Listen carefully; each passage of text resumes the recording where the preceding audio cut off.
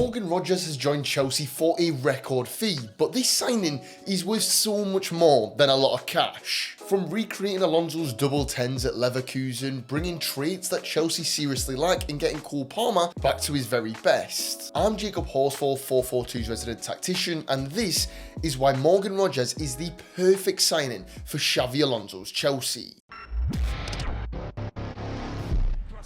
To the far side, Rogers turns and shoots and makes it 2-2. To understand the impact of Rogers signing for Chelsea, we first got to understand the basic principles of Alonso's football. The 3-4-3 formation is tagged to Alonso's name. Both attacking wingers operate extremely narrow and act as 2 10s, with the wing-backs taking up true winger positions. This creates a front line of 5 and allows them to pin the opposition's defence extremely narrow, opening up those wide flanks, which then pull the opposition's defence wide, opening up the space for the cutback to those narrow front 3 players. Now, at the moment, without Morgan Rogers, I don't think Chelsea have the profiles to play in that way. 𝗕𝗫𝗧𝗏 and Reece James operating as the wing-backs feels right. 𝗕𝗫𝗧𝗏 brings the running and directness that we saw from Jeremy Frimpong at Leverkusen. Last season, 𝗕𝗫𝗧𝗏 averaged 16.8 sprints per 90, Frimpong had just 2.6 more. Then on the other side, you've got Reece James, whose delivery doesn't need to be spoken about, and neither does Grimaldo's. But in Alonso's system, one of these wing-backs has to be the control variable, the one who's going to keep play moving, be able to put in a killer ball on a regular basis, and that was Grimaldo at Leverkusen, and it's going to be Reece James at Chelsea. The problem Alonso currently has is that actual attacking front line, that front 3.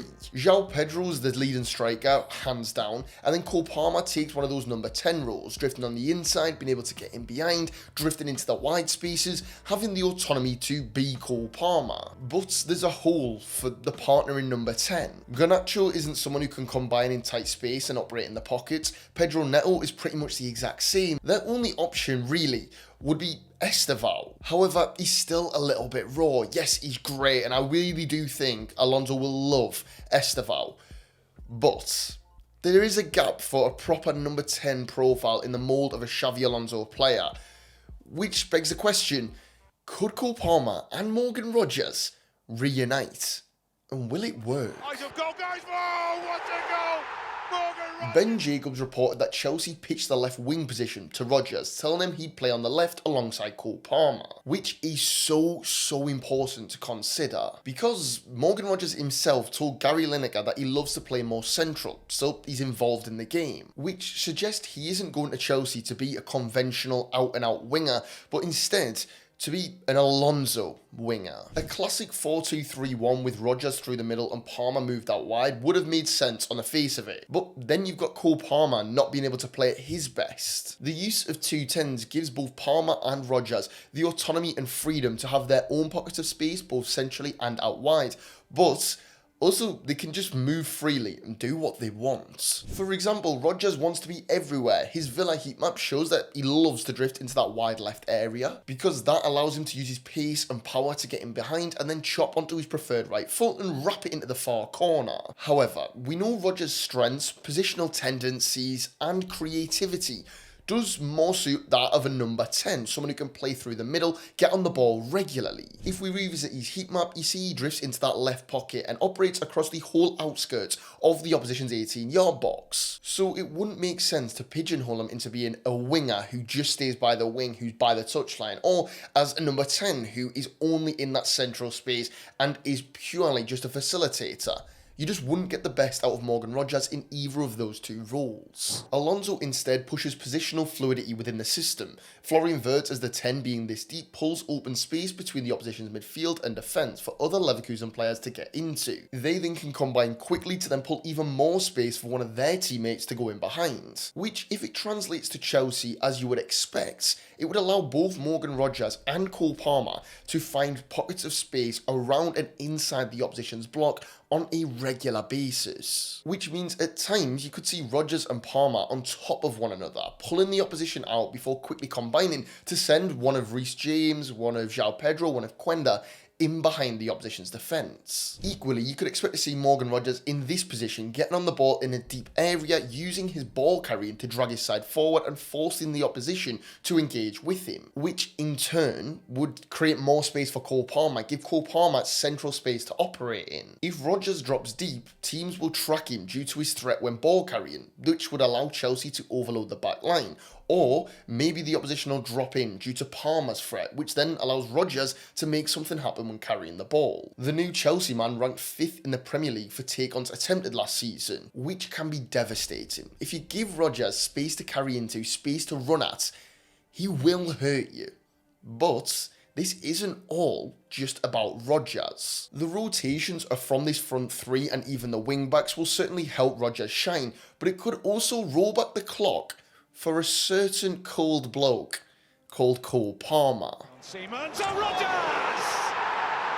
The 24-year-old had his best ever season in the 2023/24 campaign, in which he was given complete freedom to rotate in and out of the attack, get into the pocket he wanted to be in, and just do what Cole Palmer wanted to do. Palmer operating with Nicholas Jackson, who always occupies multiple defenders at once, with also having two wider, more natural wingers, allowed Palmer to get on the ball in any pocket he wanted to, whether it be the right half space, through the middle, or outside on the left, with space to create a score. I can imagine that now that Xabi Alonso has got Morgan Rogers, similar to how he did with Florian Wirtz and the other number 10s and wing-backs he had at Leverkusen, will give Rogers and Palmer that freedom to pick up the spaces they want to be in, which is great. And this front three that we see here has the positional fluidity to drift around, rotate with one another, and be devastating against so many different sides. But both Palmer and Morgan Rogers will have to adopt and adjust to a new stylistic way of playing. Bayer Leverkusen ranked 3rd in the Bundesliga for through balls attempted under Xabi Alonso. They used overloads and tight grouping to bait out players of the opposition and attack space, rather than constantly pinning teams inside their own box and trying to meticulously break them down,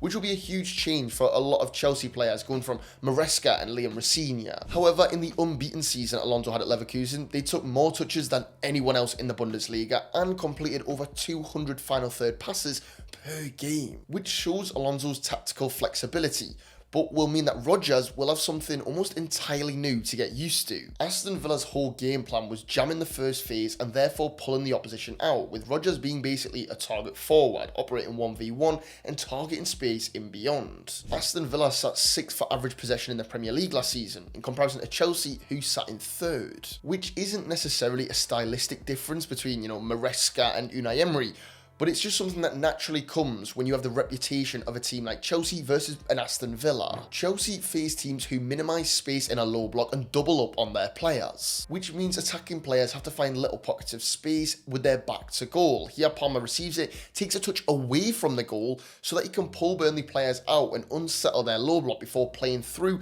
and completely breaking what Burnley were trying to do. Rogers hasn't regularly had to be in that way. He's not really been a player who's always receiving back to goal on the edge of the box with 3 or 4 players around him, because at Villa he was always the direct, attacking, fast moving player with space to attack and operate in. Therefore, Rogers against these low block teams needs a lot of freedom, because he can dart into the box, which will pull the opposition deeper and create space for Cole Palmer or João Pedro to drop out and get on the ball on the edge of the box, which, as we know, if you've watched Morgan Rogers, he has that ability to do that box crashing sort of role. And it won't be his permanent role or the only thing he's good for, but it could be a way to unleash the shackles of Cole Palmer in these low block games, which is something that he kind of struggled to do last season under both Maresca and Rosenior. Now, don't get me wrong, it's early doors for this summer window, and Chelsea, I am sure, have a load more business to do. This potential team you see here will more than likely not be the team that starts the opening game of the season. Now, Pedro, Palmer and Rogers as a front three are incredibly balanced and incredibly Xabi Alonso based, but the 2 midfielders that come behind them are equally as important. Alonso likes to use some sort of a box shape when he's sided in the mid-third of the pitch. The 2 deeper midfielders need to be capable of rotating with the 2 10s within that box structure. So how Morgan Rogers performs doesn't just rely on him, doesn't just rely on Palmer, doesn't just rely on Xabi Alonso. It also relies on who's going to end up playing behind him, who's going to be his safety blanket. That's just something we don't know. And it's something you never really know with Chelsea because they are so unpredictable. But there is a few things we can say for certain. Morgan Rogers is a good goal scorer, he's a good creator, and he's someone who, when it comes to ball carrying, is almost second to none in the Premier League. And they are things that you want from a big money player, someone who has that star quality, can grab a game by the scruff of the neck. That's what Xabi Alonso will want, it's what Chelsea probably do need. Now, again, there's a lot that still needs to be decided, and it all depends on how Chelsea finish this summer window. But I do think that Rodgers should be a decent signing if we ignore the mental fee that's been put on his name. But I do want you to let me know in the comments down below, how many goals do you think Rodgers gets next season, and will he get the best out of 𝗘𝗫𝗧𝗏? I've been 𝗘𝗫𝗧𝗏, this has been FourFourTwo, and we'll see you all again next week for more brilliant analysis. Peace.